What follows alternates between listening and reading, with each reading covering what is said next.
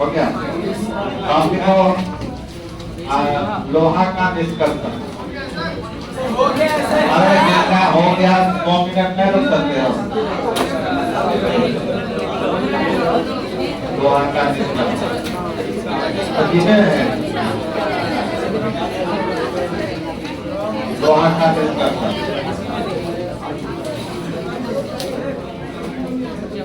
Extraction of iron.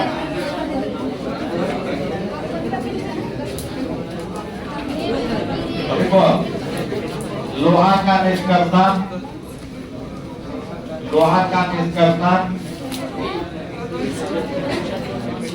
मुख्यतः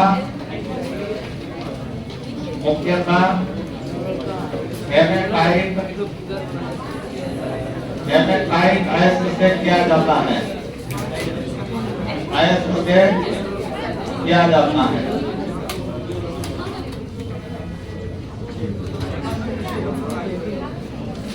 तो यही हेमेटाइट लोहा का क्या है? मुख्य है। जब पूछा क्या होता? हाँ देखो लोहा का निष्कर्षण किस तरह से करते हैं? हेमेटाइट।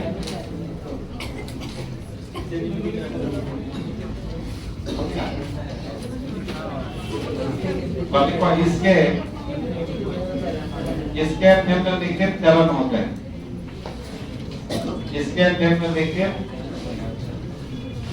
हैं।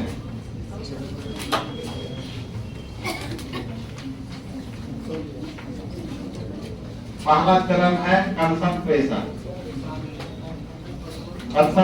मतलब सामरण मतलब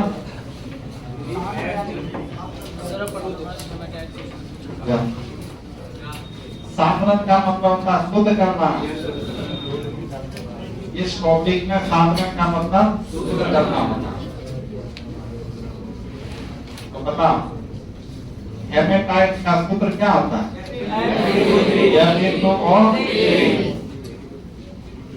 तो इस में लोहा है तो इसका शुद्धिकरण सामरण किस विधि से होगा? पहले इसको गुरुत्व पृथक्करण विधि से शुद्ध करते हैं। पाउडर पीस करके पाउडर बना दिया जाता है। उसके बाद में चुंबकीय पृथक्करण विधि से शुद्ध किया जाता है। और गुरुत्व पृथक्करण क्या है, चुंबकीय पृथक्करण क्या है, सब तो बता दिया। लिखो इसमें देश देकर लिखो। सर्वप्रथम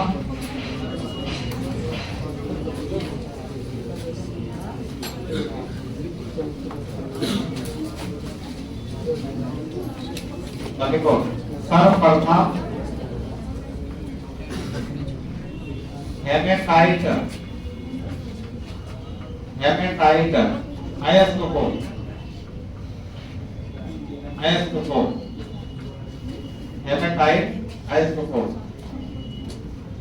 छोटे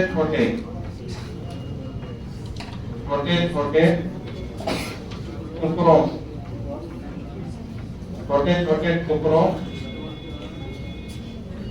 में तोड़कर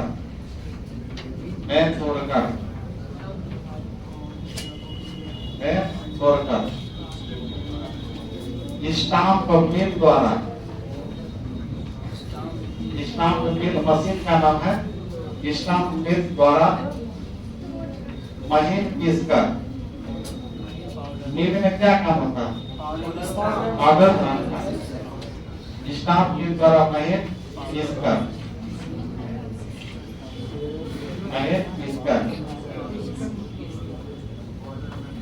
पाउडर बना दिया जाता है।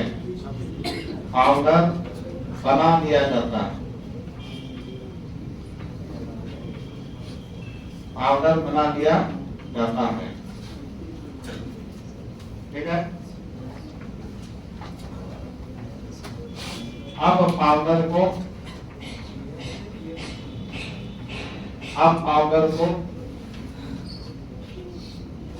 गुरुत्व पृथक्करण विधि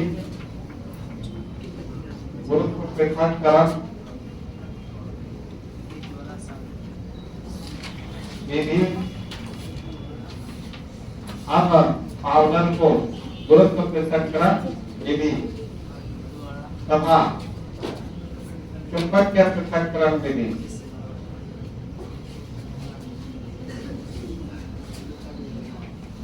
गुरुत्व पृथक्करण विधि तथा चुंबकीय पृथक्करण विधि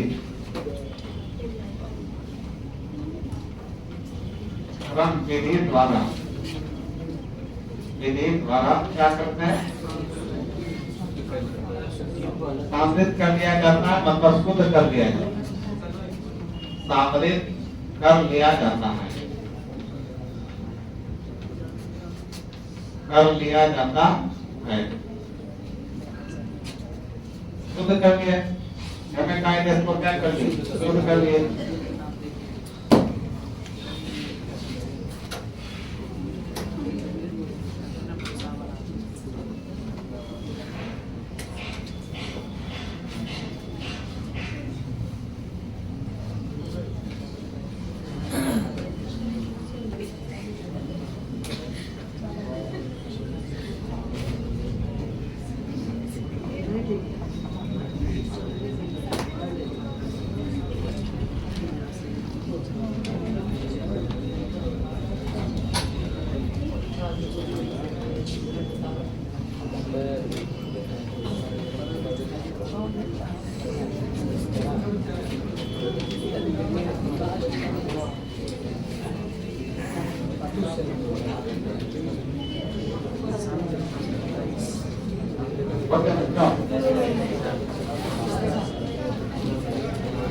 अब दूसरे स्टेप में क्या होता था, दूसरे स्टेप में निष्कासन करते हैं ना,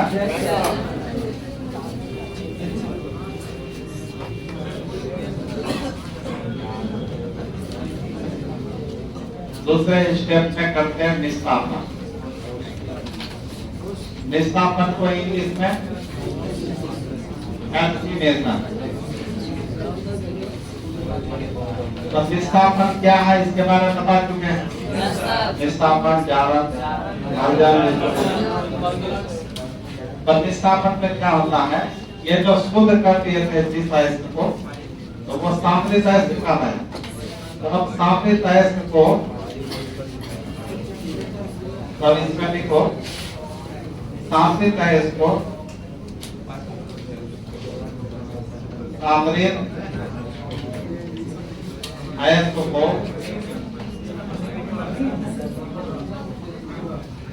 सामरित अयस्क को वायु की अनुपस्थिति में, वायु की अनुपस्थिति में, वायु के, तो यहाँ तो वायु की अधिकता नहीं होगा, अनुपस्थिति होगा। निष्कासन अनुपस्थिति में होगा, जारक किसमें होगा, तो वायु की अनुपस्थिति में, वायु की अनुपस्थिति में क्या करता है, उपस्थिति में गर्म किया जाता है, गर्म किया जाता है। तो निम्नलिखित क्या होता है, परिवर्तन होता है, निम्नलिखित परिवर्तन होता है।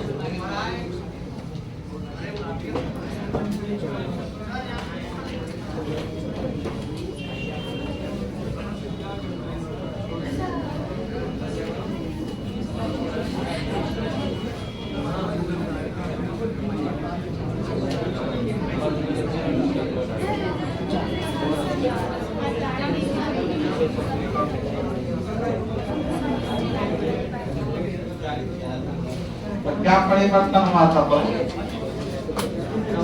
टाइम का क्या सूत्र था, और क्योंकि यहाँ पर जल से साफ किया जाता है, जल से साफ, तो जल का भी कुछ इसमें रह जाता है, तो 3H2O मान लेते हैं, ये गर्म करेंगे तो क्या होगा बताओ? जब बाहर हो जाएगा तो बचेगा क्या? Fe2O3 प्लस 3H2 बाहर हो गया। अब Fe2O3 यदि क्या होगा बच्चों? और साथ में कुछ जो है ना FeCO3 भी बनता है, ferric oxide, ferric carbonate, ferrous carbonate. क्या बनता है? Ferrous carbonate. तो यह भी किसमें बदल जाता है? FeO में प्लस CO2। इसको लिख लेंगे।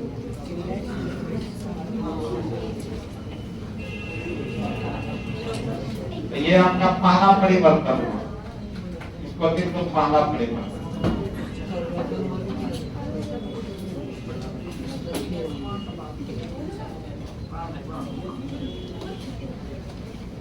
यहाँ नंबर नहीं तो अब दूसरा परिवर्तन क्या है? यदि इसमें गंदगी सब रह जाता है, कौन कौन? फास्फोरस, सल्फर, आर्सेनिक, ये क्या हो जाएगा? यह ऑक्साइड बनकर निकल जाता है। वही लिखो दूसरा परिवर्तन। सल्फर, उसके बाद आर्सेनिक, सल्फर, आर्सेनिक तथा फास्फोरस, फास्फोरस जैसी क्या? अशुद्धियां, अशुद्धियां, अशुद्धियां क्या होगा बोलो? वाष्पशील, वाष्पशील ऑक्साइड, वाष्पशील ऑक्साइड बनकर बाहर निकल जाती है, बाहर निकल जाती है।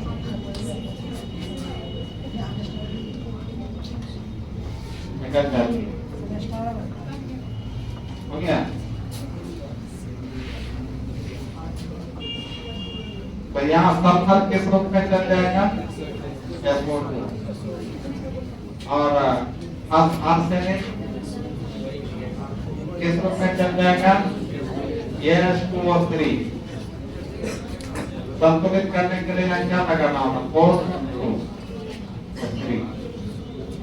और फास्फोरस किस रूप में चल जाएगा?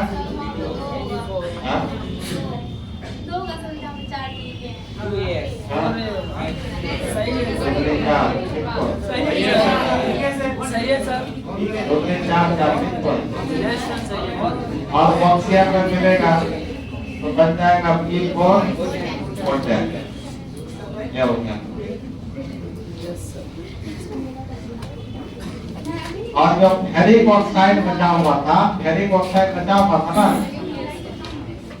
ये पुनः ऑक्सीजन से रिएक्शन करके क्या बना देता है? फेरिक ऑक्साइड, वो फेरस हुआ ना, फेरस ऑक्साइड, फेरस ऑक्साइड क्या होगा? उपस्थित रहने पर, उपस्थित रहने पर किससे बदल जाता है?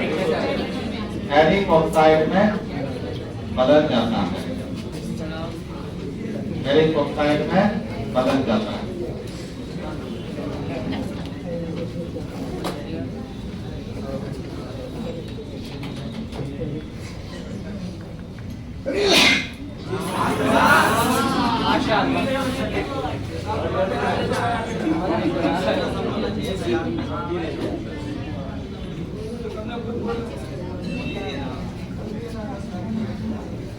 क्या लिखते आप? अब इसका रिएक्शन लिखना होगा। फेरिक ऑक्साइड, फेरस ऑक्साइड या वो से मिला तो क्या बन गया?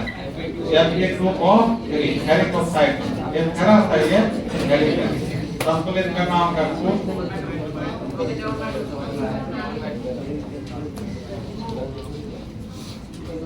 ऑक्सीजन क्या हुआ ना, हो गया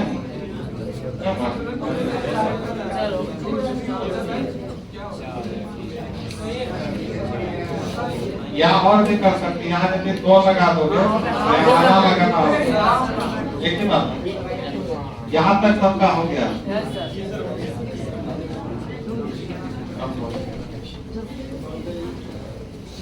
अब आगे लिखना सब, आप इसका हम लोग जो फेरिक ऑक्साइड मिला इसका हम लोग प्रगलन क्रिया करेंगे। तीसरा स्टेप क्या होगा, प्रगलन।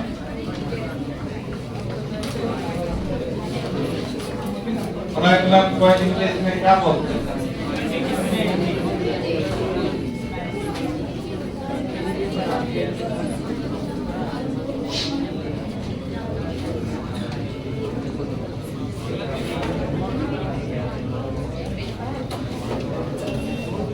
अब देखो प्रगलन में क्या होता है इसमें देखो, अब जब तुम्हारा निष्कापित या जारी तय हुआ, निष्कापित बोलो या जारी तय हुआ, निष्कापित या जारी तय जो बना तुम्हारा लास्ट में क्या बना, इसी में कोक में कोयला कार्बन और चूना पत्थर CaCO3 क्या होता है, सब मिलाकर एक भट्टी में डाला जाता है। उस भट्टी का नाम है वाष्पीय भट्टी। क्या नाम है, वाष्पीय भट्टी। इसको इंग्लिश में ब्लास्ट फर्नेस कहा जाता है, ब्लास्ट फर्नेस में डाला जाता है। तो वहाँ भट्टी के अंदर टेम्परेचर अलग अलग होता है, भट्टी का सबसे नीचे का भाग में ज्यादा टेम्परेचर होता है, ऊपर जाते आते टेम्परेचर घटने लगता है। तो सबसे पहले भट्टी में कौन जलेगा, कोयला, कार्बन में कोयला वो जलता है, ये जल करके कार्बन मोनोऑक्साइड बनाता है। अब यही कार्बन मोनोऑक्साइड इससे रिएक्ट तो Fe2O3 प्लस CO मिलकर के क्या करता है, CO2 गैस बनकर भट्टी से लोहा अलग हो जाता है। ये लोहा गला हुआ पिघला हुआ रहता है, भट्टी के नीचे टैंकी पर जाकर जमा हो जाता है और ये CO2 गैस भट्टी के ऊपर भाग से निकलते रहता है धुआं के रूप में। इसका बराबर फैक्ट्री है लोहा डिस्कवर करने, है ना, जैसे टाटा कंपनी बराबर फैक्ट्री है। अब ये जो चूना पत्थर क्यों मिलाते हैं, तो देखो चूना पत्थर में क्या क्या होता है, तो चूना पत्थर ये पिघलता है, भट्टी में क्या होगा, पिघलेगा, तो CM कौन देता है, प्लस CO2 देता है। CO2 बाहर कर तो क्या बचेगा, ये चूना बनाते हैं। और इसके साथ कुछ बालू का कण भी आ जाता है, बालू का कण भी आ जाता है। ये चूना क्या करता है, बालू से मिल जाता है SiO2, तो क्या बना देगा, CaSiO3 कैल्शियम सिलिकेट, CaSiO2 में O3 कैल्शियम सिलिकेट बन गया। ये हल्का होता है, लिक्विड रूप में होता है, इसको हम कैल्शियम सिलिकेट बोलते हैं, इसको स्लैग कहा जाता है। आप उमल स्लैग होता है, तो पिघला हुआ लोहा के ऊपर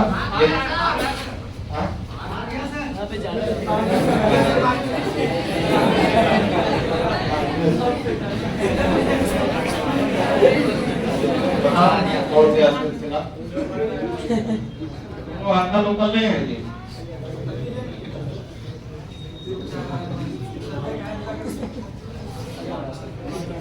तो ये जो पिघला हुआ लोहा है, इसके ऊपर ये क्या करने लगता है, तैरने लगता है और उस लोहा को जंग लगाने से बचाता है, लोहा जंग करने से बच जाता है। अब नीचे फेंडी पर जो होता है लोहा जमा, इसको सांचा में डाल दिया जाता है। जिस सांचा का लोहा बनाना हो तो सांचा में रख दिया, लिक्विड होता है, तो सांचा में आकर ठंडा होता है, तो धीरे धीरे जम जाता है, ठोस बन जाता है। तो इसी का नाम है ढलवा लोहा।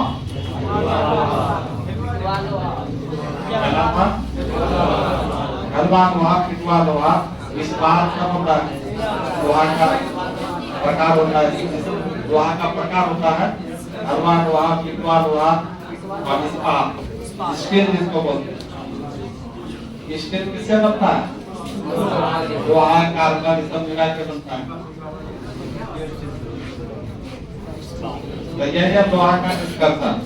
तो प्रकलन में क्या हमको पता चला? तो लिखो यहाँ पर देख लो। अच्छा ये 2 नंबर में तुम्हारा कैल्सिनेशन लिखेंगे ना, तो उसमें रोस्टिंग नहीं कर सकते। रोस्टिंग 2 नंबर में जो निष्कापन लिखेंगे ना, इसके साथ में या जालिद में लिख दो, जालिद दोनों हो सकता है। अर्जन जान एक ही बात। आप देखो तीसरा में क्या रख लो। एक काम करो तो कम करो, हम छोड़ देते हैं और पूरा हो गया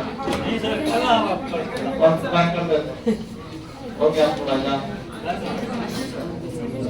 पढ़ाई में क्या पढ़ाई?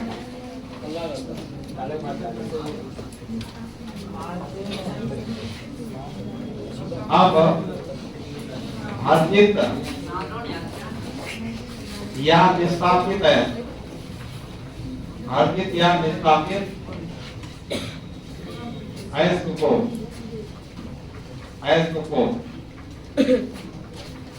कोम तथा चूना पत्थर के साथ मिलाकर वात्या भट्टी, कहीं का वात भट्टी में लिखा रहता है, वात भट्टी। इसको इंग्लिश में ब्लास्ट फर्नेस बोलते हैं, ब्लास्ट फर्नेस।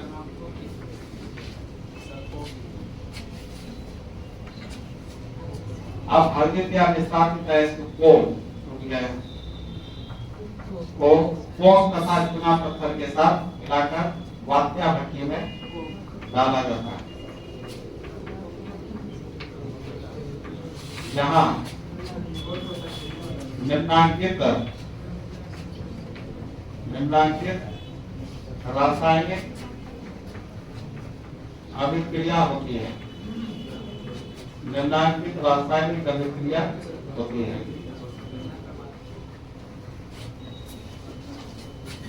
तो पहले कौन सा रासायनिक अभिक्रिया होगा? कोक में कार्बन भट्टी में डाले तो चलेगा, ऑक्सीजन के साथ तो क्या बना देगा? CO2। ये CO2 पुनः दूसरे कार्बन से मिलेगा तो कार्बन मोनोऑक्साइड। यही कार्बन मोनोऑक्साइड जाली तय से मिलेगा तो बन जाएगा Fe प्लस CO2। संतुलित करने के लिए वो लगाएंगे।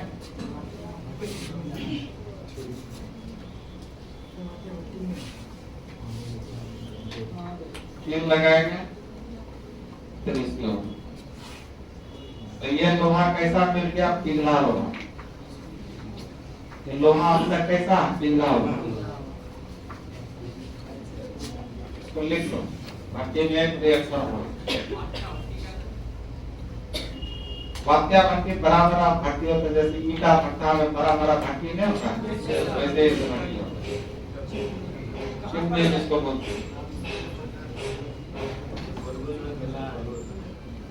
जब लोहा बनता है, लोहा का डिस्कशन होता है, तो उससे भट्टी जलते रहता है, धुआं निकलते हैं, लोहा बनते रहता है।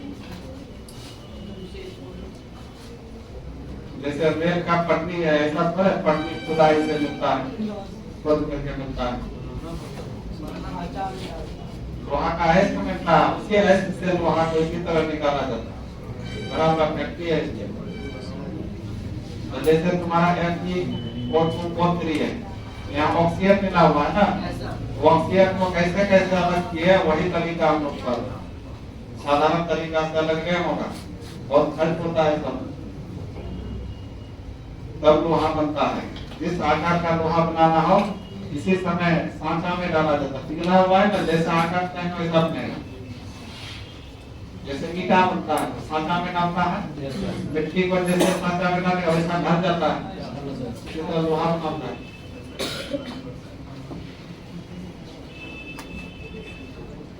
हो गया? उतर गया? अब चूना पत्थर का काम देखो। चूना पत्थर का क्या काम होता है?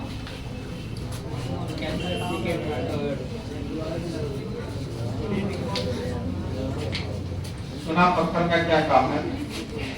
देखो, चूना पत्थर एक नाड़ी, चूना पत्थर के नाड़ी। चूना पत्थर का सूत्र क्या है?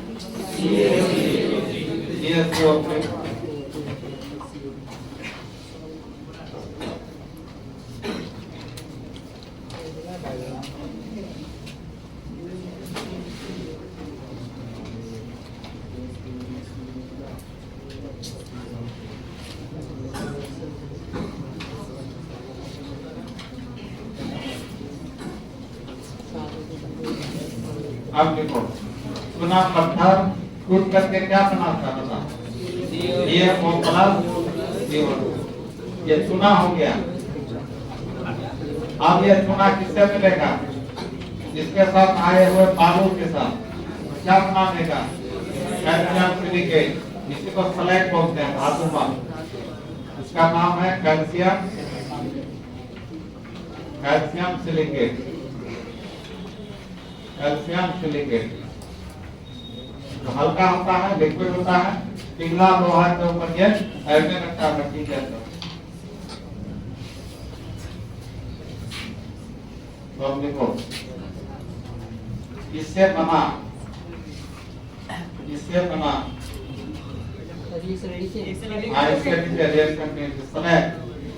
मतलब CaSiO3 पिघले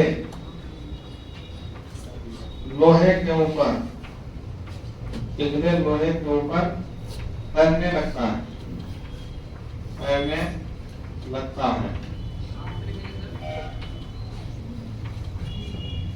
रिएक्शन के नीचे देखो, इससे बना स्लैग मतलब कैल्शियम सिलिकेट पिघले लोहे के ऊपर तैरने लगता है।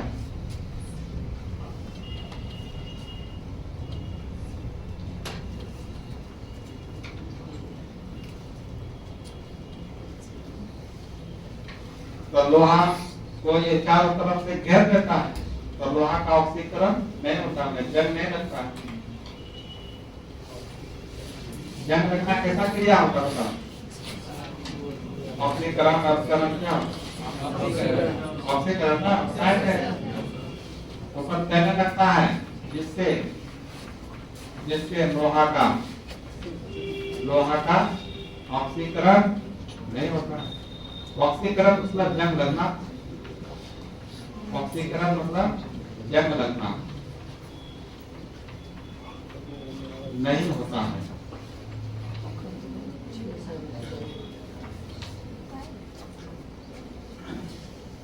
इस प्रकार इससे प्राप्त इस प्रकार भट्टी से प्राप्त लोहा धर्मा लोहा कहलाता है।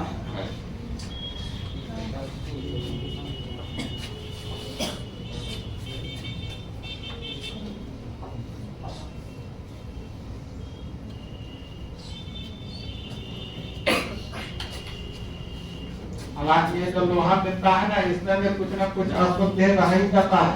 कार्बन, सिलिकॉन, मैग्नीज, ये सब अशुद्ध इसमें रह ही जाता है। तो यही आपका लोहा का निष्कर्ष है। इसमें टोटल कितना होगा? 5 नंबर।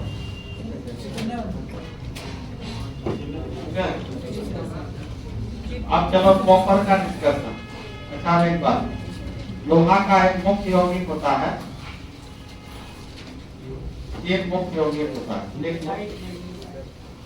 लिखते सब्जेक्टिव में आता है लोहा के यौगिक। हेडलाइन में लिखो लोहा के यौगिक कौन कौन?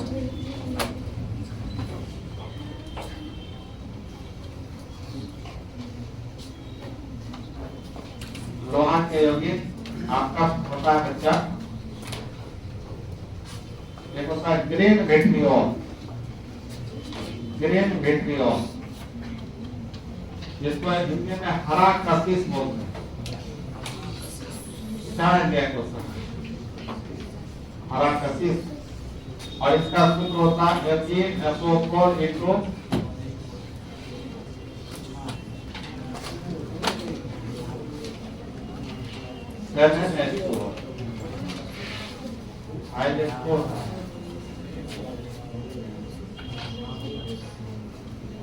इसी से इंक बनता है। पेन में इंक है तुम्हारा, इसी से बनता है, इसी केमिकल हरा कलर का जो इंक बनता है इसी केमिकल से बनता है ग्रीन विट्रियोल।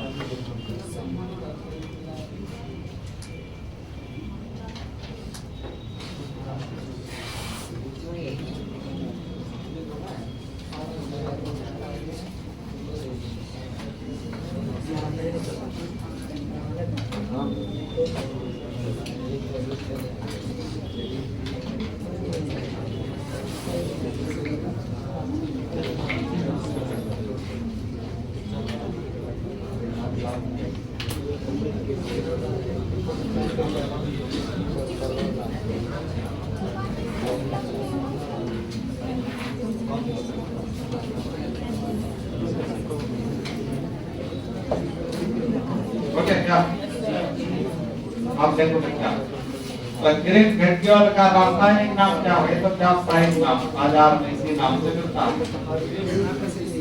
इसका नाम होगा हाइड्रेटेड, मतलब जल योजित, जल के साथ है ना, तो हाइड्रेटेड फेरस सल्फेट नाम। क्या पढ़ेंगे? जल योजित। जल योजित का मतलब क्या? Ferrous sulphate. जल योजित फेरस सल्फेट इसका सूत्र होता है। ठीक है? ये पूछता है एक लिखित में हरा कशिश कौन है? क्या करना था? FeSO4 into 7H2 क्या कर देना है? क्या किया इसको?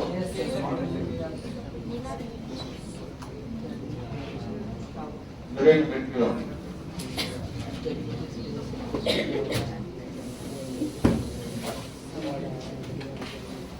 अब दूसरा इंपॉर्टेंट है इसका, एक और लवण होता है मोहर साल्ट। मोहर साल्ट जिसको मोहर लवण बोलते हैं। मोहर लवण जिसको मोर भी बोलता है, मोर लवण।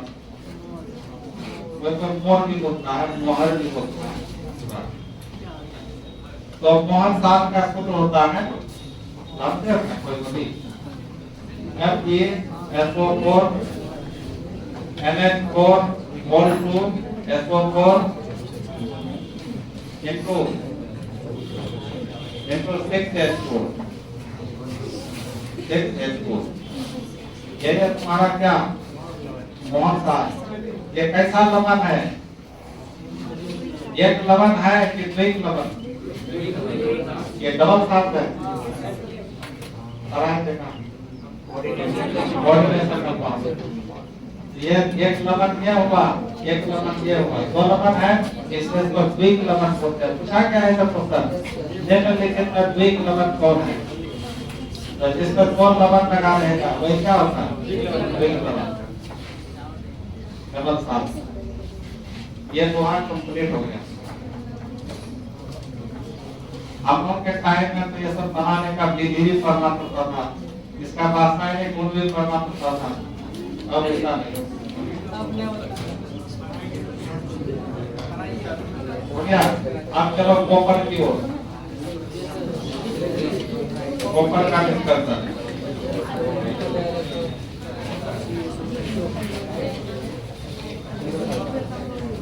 हम लिखो कॉपर।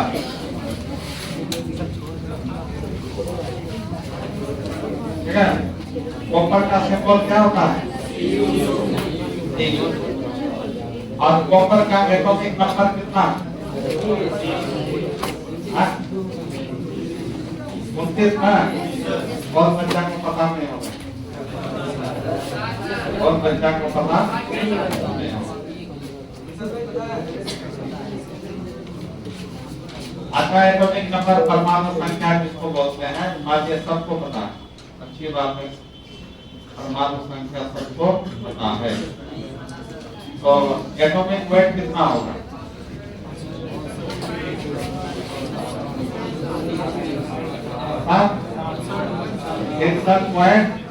आई होता है, इसको हम लोग परमाणु भार बोलते हैं। परमाणु भार कितना होता है बच्चा? 63.5 का। इसका इलेक्ट्रॉनिक विन्यास क्या होगा बताओ?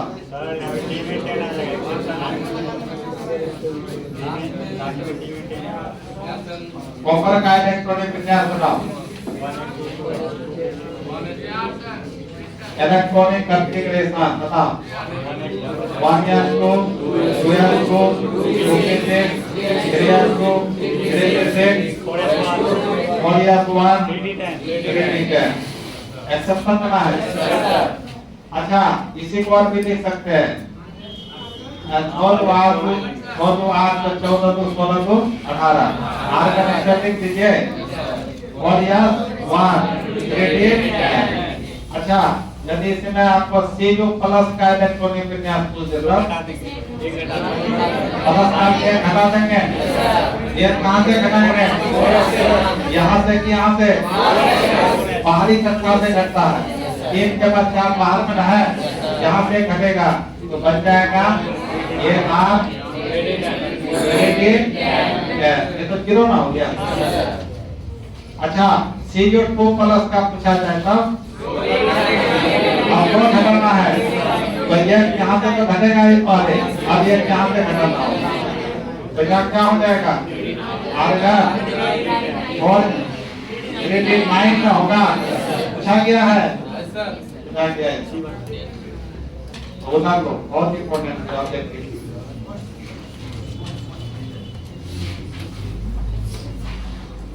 देखिए पहले गल में डिटेल से पढ़ा।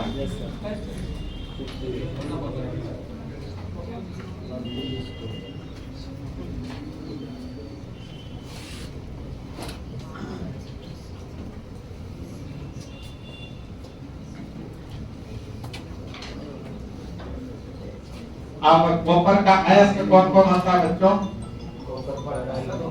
कॉपर का आयस को बताइए आप लोग।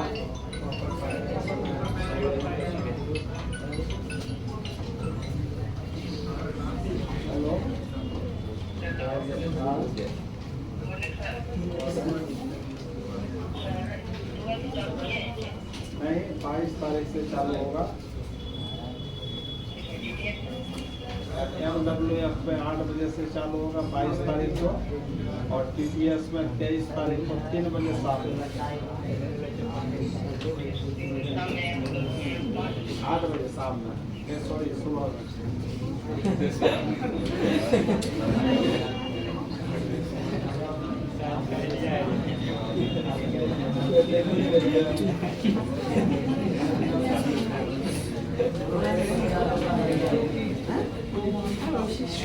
ओके आप बोलो।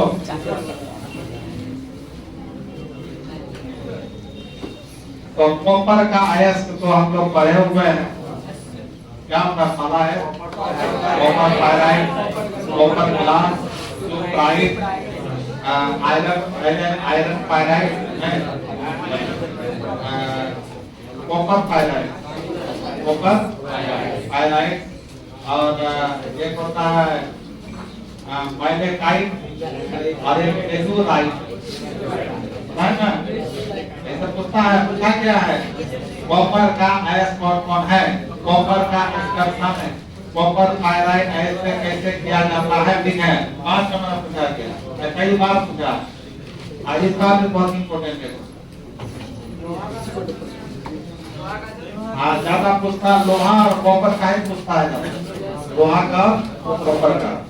एक बार पूछा है जिंक का, पूछ दिया जिंक का एक बार।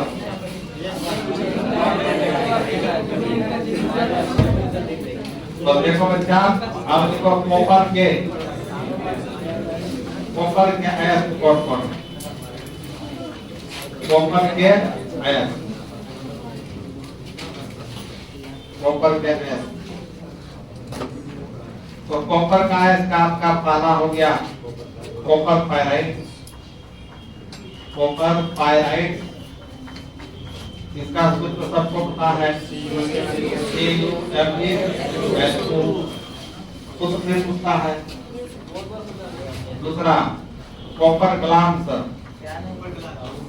कॉपर ग्लाम्स क्या होता है सूत्र बता, Cu2S। और एक होता है क्यूप्राइट, क्यूप्राइट बता, Cu2O।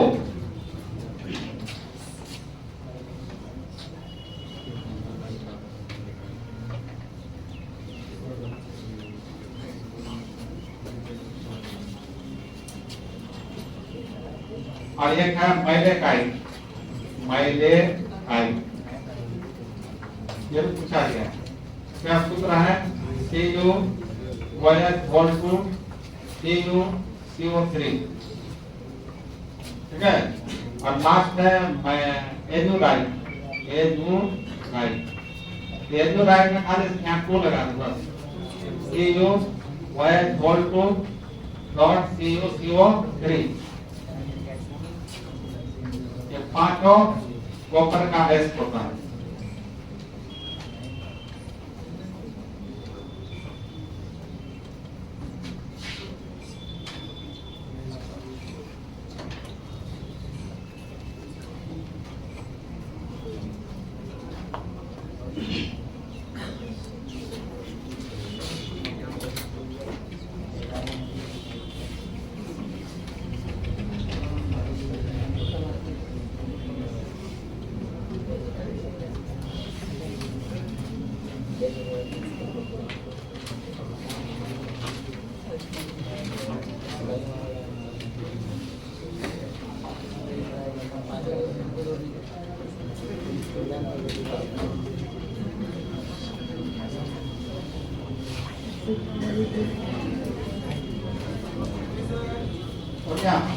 हो गया बेटा। अब इसमें से कॉपर को आसानी से किससे निकाला जाता है, कॉपर पायराइट। इसलिए हम बोल सकते हैं कॉपर का मुख्य स्रोत होता है कॉपर पायराइट। ऑप्शन में सब रहेगा, किसको करना होगा, कॉपर पायराइट। अब लिखो हेडलाइन में कॉपर का निष्कर्षण,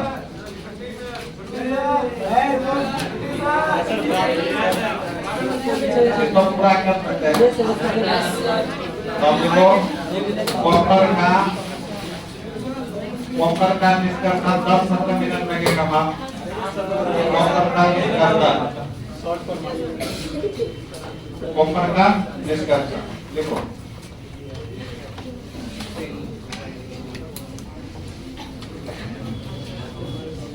तो कॉपर का निष्कर्षण कैसे करते हैं बच्चों, देखो कैसे करते हैं। देखो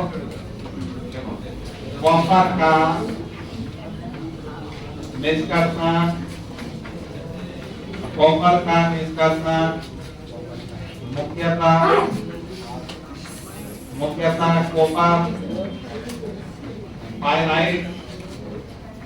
कॉपर पायराइट आयन से किया जाता है, इसके निम्नलिखित चरण है, इसके निम्नलिखित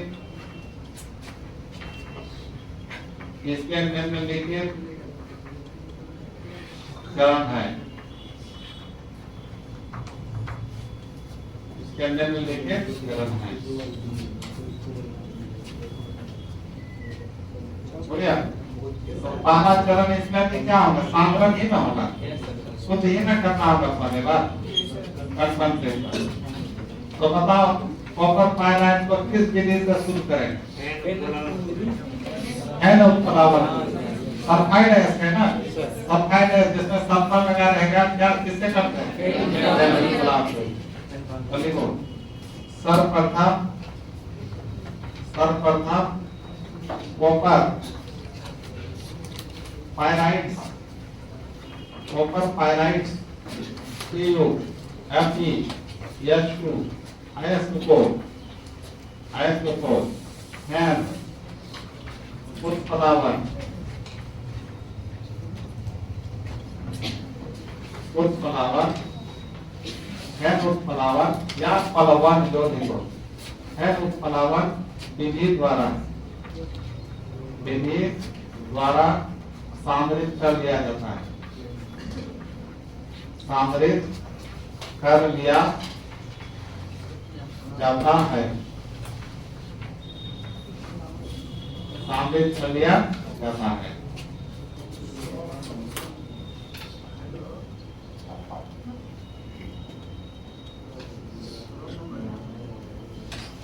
उसके बाद इसका क्या करते हैं, भर्जन जालन करते हैं।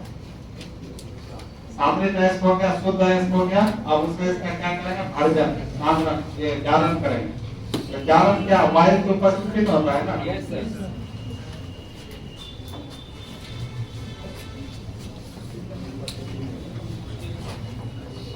दूसरा है तुम्हारा भर्जन या जालन। इसको इंग्लिश में क्या कहते थे, रोस्टिंग। रोस्टिंग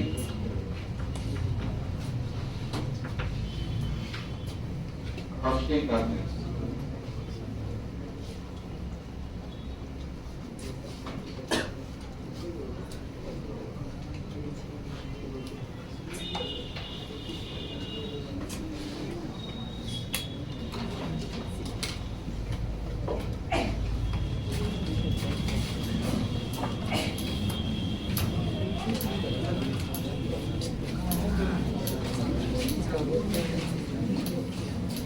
अब देखो बच्चा, अब सामरिक अयस्क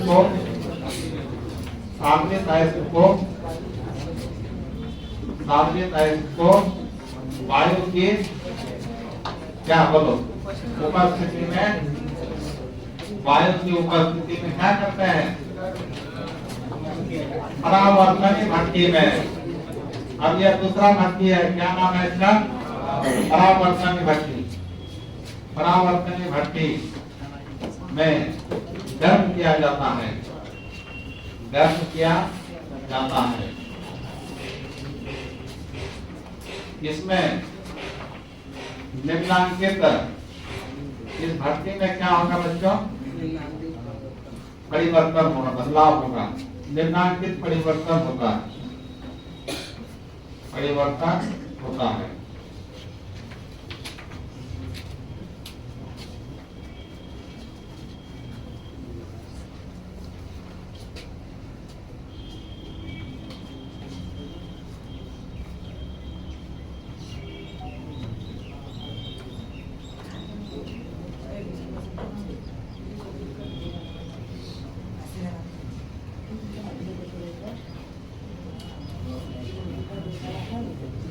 अब भट्टी में क्या क्या होगा, पहले यदि सामरिक अयस्क के साथ अशुद्धि आ गया, सल्फर, फास्फोरस, आर्सेनिक, ये सब चलेगा, ऑक्साइड बनकर।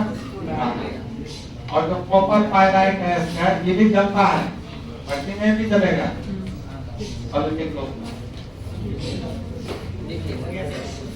देखो बच्चों,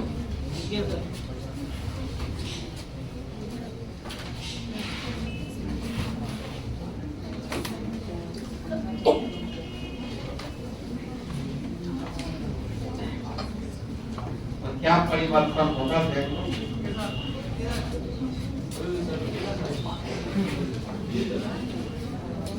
इसका छूट जाता है, वीडियो पॉज करके देख लेना।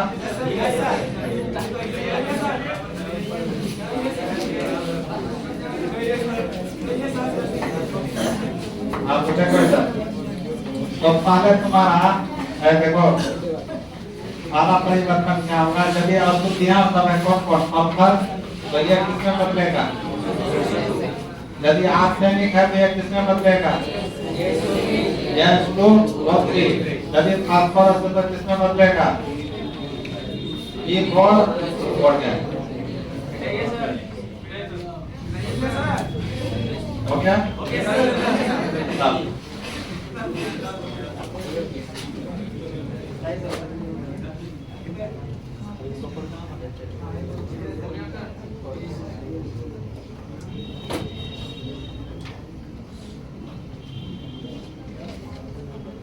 ये सब मैंने रिएक्शन ही देखा जाता है। माने क्लोज दिया चेकिंग होगा ना कॉपी का ये सब रिएक्शन देखता पढ़ने का उतना टाइम हो रहा है रिएक्शन देखा तो बच्चा सही लेगा हो गया देखा ना इसको आज ये सब किसके साथ था कॉपर पाइराइट के साथ था कॉपर पाइराइट का क्या होगा ये तो देखना होगा तो आपको देख अंदर ये सब बाहर हो गया भट्टी से निकल गया कौन भट्टी बराबर तो मेन आयस तो तुम्हारा बचा हुआ अब वो भी क्या होगा चलेगा तो मेन आयस कौन था CU FE SO ये चलेगा तो क्या देगा बताओ ये देगा CU2S plus FeS plus SO2 देगा जो ऊपर सल्फाइड फेरस सल्फाइड क्या नाम है इसका फेरस सल्फाइड नाम और इसका क्या नाम है क्यूप्रस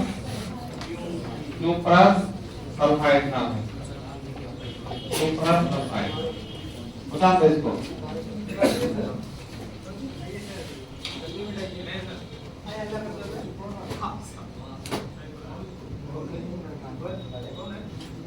इसको संतुलित करने के लिए बोलना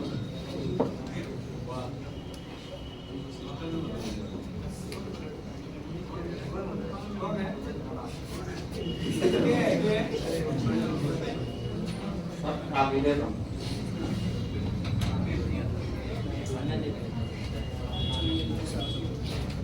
तो ये हो गया क्यूप्रस सल्फाइड और फेरस सल्फाइड बन गया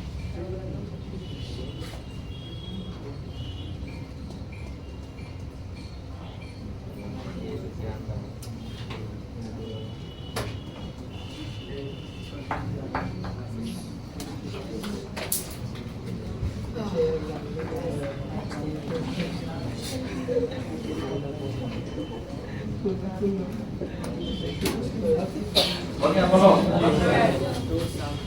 अब यहाँ पर क्या क्या चीज मिला बताओ जो पर सल्फाइड वो भी करता है वो भी करता है ये स्वरूप को धुआं के रूप में बाहर हो गया तो भट्टी में क्या क्या बचा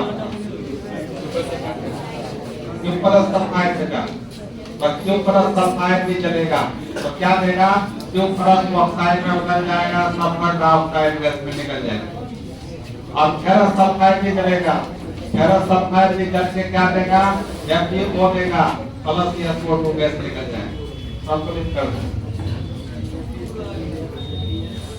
संतुलित कर दो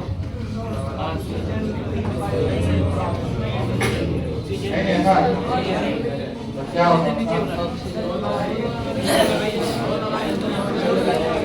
दो लगा दो ऑक्सीजन का जो 4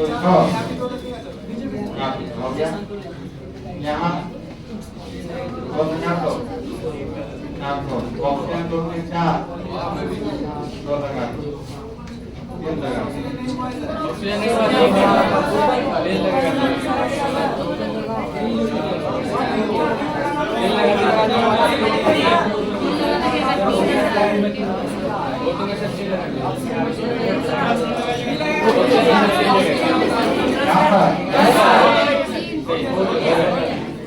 ऑक्सीजन 2 में 4 तुझको हाँ ये हो गया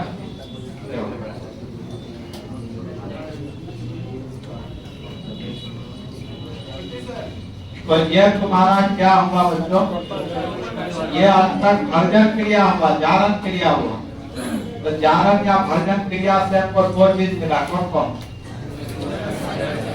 क्यूप्रस ऑक्साइड और फेरस ऑक्साइड क्या क्या मिला क्यूप्रस ऑक्साइड और फेरस ऑक्साइड आप इस दोनों में कोयला मिलाकर और बालू मिलाकर कोयला और बालू मिलाकर फिर वाप्या भट्टी में डाला दूसरा भट्टी हो गया तीन भट्टी का यूज है पहला भट्टी क्या था भट्टी अब दूसरा भट्टी क्या है वाप्या भट्टी अब तीसरा भट्टी भी है डेसेमर भट्टी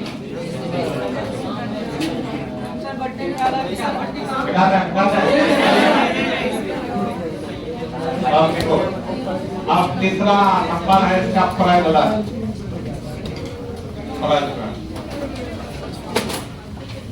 पैरेलल इसमें देख, अब देखो अब प्राप्त हर्जित आयस्क को, हर्जित आयस्क में क्या क्या आया बच्चा? दो चीज आया, कौन कौन? CO एंड क्या? FB है ना बेटा हर्जित आयस्क में। हर्जन के बाद वो है ना दो चीज ना। अब हर्जित आयस्क को हर्जित आयस्क को कोम तथा आलू के साथ मिलाकर वात्या भट्टी में उच्च ताप पर पिघलाया जाता है तथा हवा का झोंका प्रवाहित किया जाता है।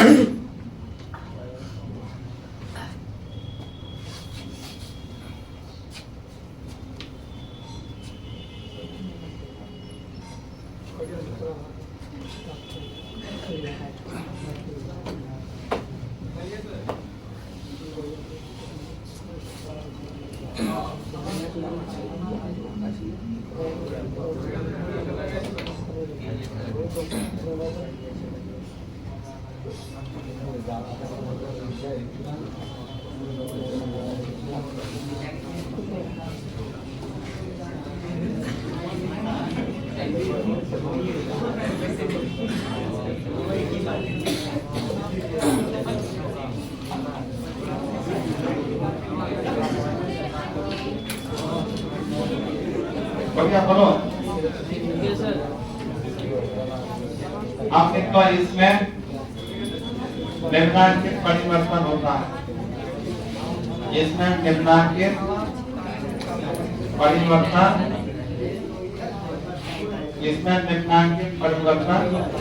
होता है। अब इसमें क्या परिवर्तन होगा देखो, इस भट्टी में क्या क्या चेंज होगा?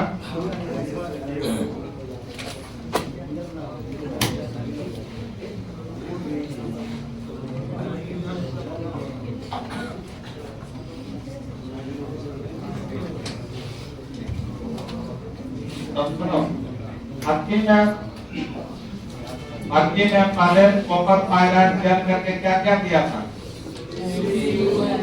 CuO2S plus FeS plus SO ये दिया था। ये फिर पुनः दोनों जल के क्या किया? CuO SO। तो ये पूरा का पूरा एक के बार में नहीं जल गया था, धीरे धीरे जलता था, एक ही बार नहीं जलेगा। मतलब एक कुछ जला ये दिया, ये कुछ रह गया। तो जैसे ये इसमें बदला, फिर ये इस सब से रिएक्शन करता है, ये सब इससे रिएक्शन करेगा। ओके, वही लिखना है, इसमें निम्नांकित परिवर्तन होता है। लिखे था। तो पहले आप देखो, तो फेरस सल्फाइड जो है ना, जो परस ऑक्साइड में मिल जाता है। फेरस सल्फाइड किसमें मिल जाता है? Cuprous oxide. तो यह बन जाता है फेरस ऑक्साइड प्लस CuO2S। फिर क्यूपरस ऑक्साइड सल्फाइड हमको मिल जाता है। और FeS जो है पुनः ये जलता है बचा हुआ भाग, तो ये FeO में बदल जाता है प्लस SO2 देता है। संतुलित करना है तो कल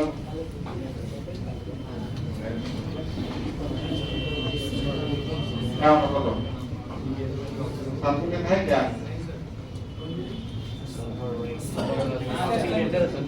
ऊपर वाला संतुलित है, नीचे वाला फूल लगा दो, फूल लगा दो लगा दो। बदल दीजिए।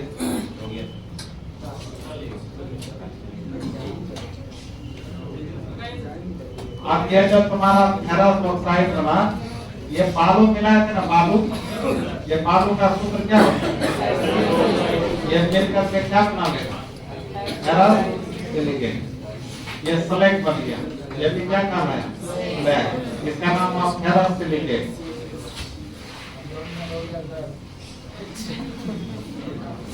क्या हो गया? Ferrous silicate. ये फेरस सिलिकेट हो गया।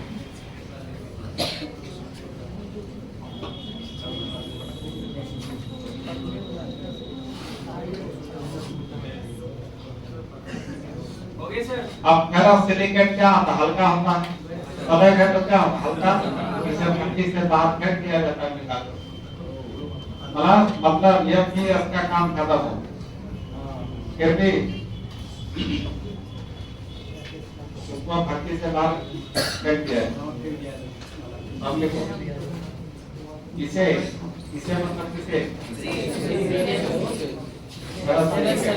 लिखो फेरस सिलिकेट।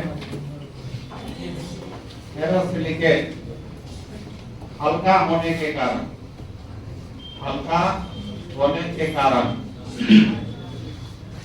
हल्का होने के कारण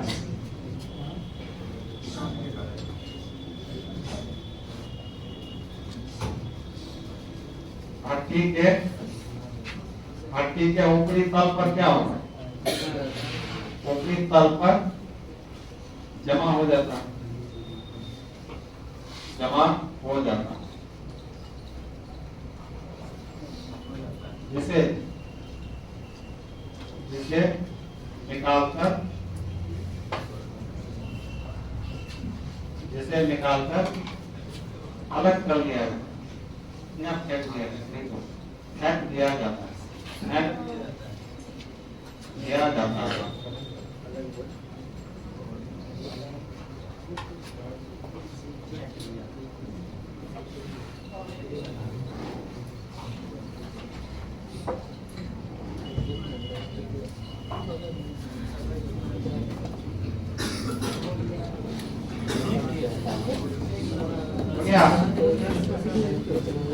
आप देखेंगे, आप भट्टी के तल में अब क्या बन जाएगा?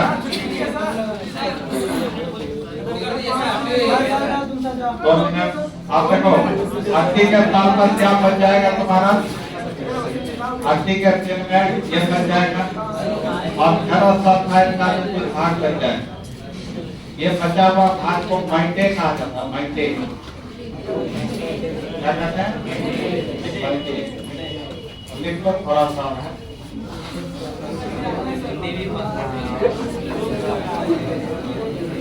करके आप क्लियर ना हो जाओगे, तो क्या बिगड़ जाएगा?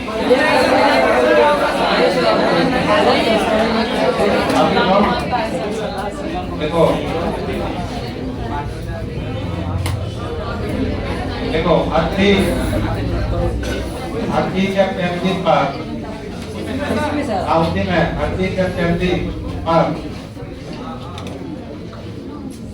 फेरस सल्फाइड तथा क्यूपरस सल्फाइड, क्यूपरस सल्फाइड का मिश्रण जमा हो जाता है, का मिश्रण जमा हो जाता है, जमा हो जाता है, जिसे जिसे माइटे, माइटे कहा जाता है। तो आपको देखने में आ सकता है माइटे क्या है?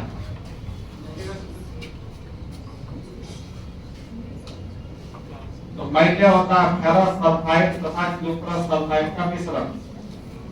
लिखेंगे देखो, फेरस सल्फाइड क्यूपरस सल्फाइड का मिश्रण क्या कहलाता है? माइटे। अब लास्ट इसका है चौथा, जैसे मणिकरण, जैसे मणिकरण, जैसे मणिकरण,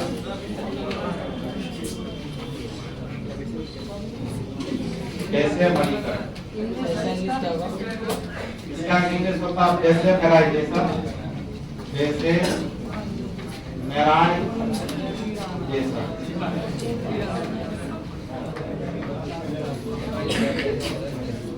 इससे ऑब्जेक्टिव क्वेश्चन आया है, निम्नलिखित में किस धातु का देशीयकरण किया जाता है? क्या आंसर होगा? कॉपर।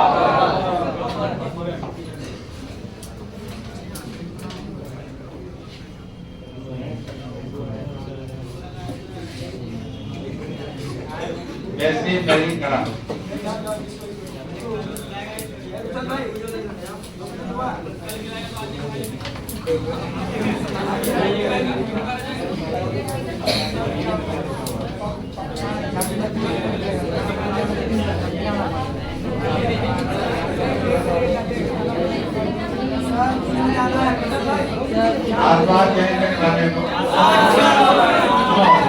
अब 4 बजे आ जाना है।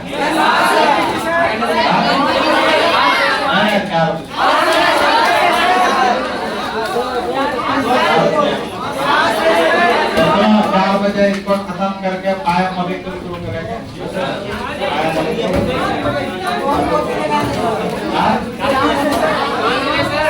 ये तुमको तो ये बनाएंगे और जब पाया पॉलीमराइजेशन जिसमें पढ़ा था, पॉलीमराइजेशन चैप्टर पढ़ा था, पॉलीग्राफ उसी को लाना है, उसमें पाया मॉलिक्यूल पढ़ेंगे।